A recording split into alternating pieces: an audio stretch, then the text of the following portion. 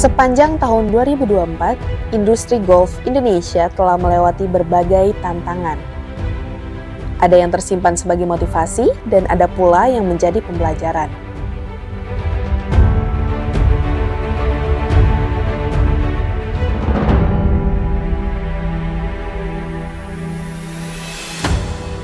Tahun akan berganti, namun ada berbagai cerita menarik yang disampaikan oleh pelaku bisnis di industri golf, salah satunya para manajer di lapangan golf. Memang banyak olahraga-olahraga baru di Indonesia, tetapi golf tidak kalah karena ada pertumbuhan kira-kira sampai 38% kalau tidak salah. Nah, ini sangat menggembirakan dan tentunya juga kami sebagai pengurus di Asosiasi Pemilik Lapangan Golf Indonesia menyambut dengan baik dan tentunya kami akan tingkatkan lapangan golf di Indonesia dengan fasilitas yang lebih dan lebih memadai juga, sehingga anak-anak baru yang ingin mengenal golf itu dapat datang dan mengenalkan diri dengan olahraga yang sedang seksi ini. Peningkatan jumlah pemain golf pasca pandemi sangat begitu dirasa. Tercatat banyak bermunculan pemain-pemain baru yang datang dari generasi milenial. Jika saya mendengar dan yang saya rasakan sendiri juga, pemain golf itu dalam kurun 3 tahun, 4 tahun terakhir ini sangat-sangat baik. Di tahun ini pun ada peningkatan. Seperti di sini di Gading Raya, bahkan pernah 18 hole itu sampai 7.000 round. Saya juga tanya di tempat lain juga sama, sekitar 7.000 round. Artinya itu peningkatan yang luar biasa. 2024 menurut saya sangat baik buat industri golf, dan di 2025 mari kita pertahankan dan kita harus tingkatkan.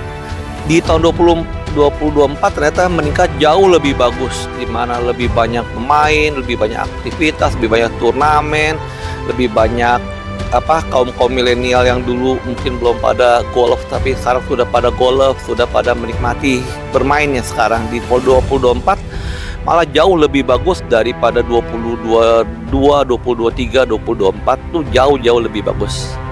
Berbagai kendala terjadi di tahun 2024 ini, mulai dari pemulihan ekonomi yang lamban, polarisasi politik, hingga perubahan iklim menjadi beberapa contoh kendala yang dialami oleh para pelaku bisnis industri golf. Buat saya di tahun 2024 ya, yang orang bilang tahun politik, menurut saya dampaknya tidak terlalu signifikan di industri golf.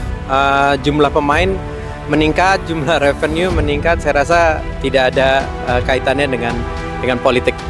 Ya, so far sih semuanya berjalan baik, hanya mungkin sedikit kendala di akhir-akhir tahun ini nih menjelang musim hujan ya, terutama ya kita lihat mungkin perubahan cuaca yang signifikan sekali, terutama kita tuh di daerah pegunungan ya, di mana curah hujannya tinggi, banyak beberapa perbaikan terutama untuk irigasi yang harus kita perhatikan.